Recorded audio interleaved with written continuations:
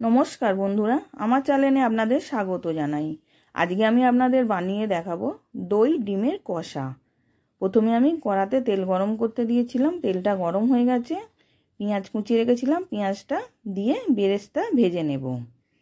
এবার পেঁয়াজটা উল্টে পাল্টে লাল লাল করে ভেজে নিয়েছি বেরেস্তা, এবার তুলে নিচ্ছি।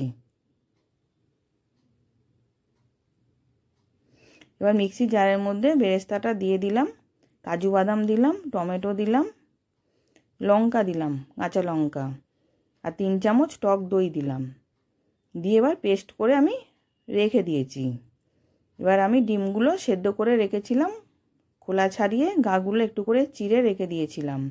এবার আমি ওই তেলের মধ্যেই দিয়ে দিলাম নুন, দিয়ে হালকা করে আমি ভেজে তুলে নেব ডিমগুলোকে।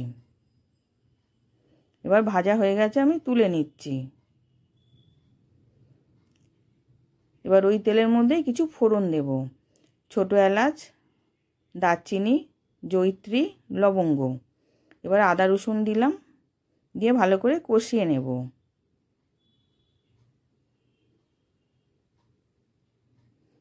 এবার গুঁড়ো মশলা দিচ্ছি, হলুদ গুঁড়ো, ধনে গুঁড়ো, জিরে গুঁড়ো, কাশ্মীরি লঙ্কা গুঁড়ো, স্বাদ মতো নুন, আর সামান্য একটু চিনিও দিয়েছি। দিয়ে ভালো করে কষিয়ে নিচ্ছি।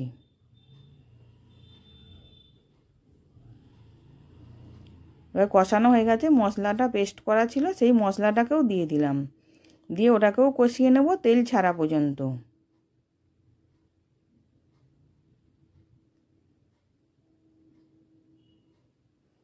এবার কষানো হয়ে গেছে, তেলটাও ছেড়ে গেছে। এবার আমি ওই মিক্সির বাটিটার মধ্যে জল দিয়ে ধুয়ে জলটাকে দিয়ে দিলাম।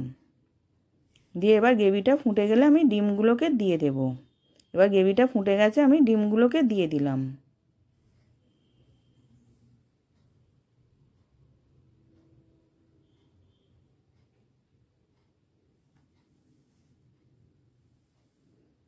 এবার নামাবার আগে আমি একটুখানি ধনেপাতা দিয়ে দিলাম, দিয়ে মিশিয়ে এবার আমি নাবিয়ে নেব।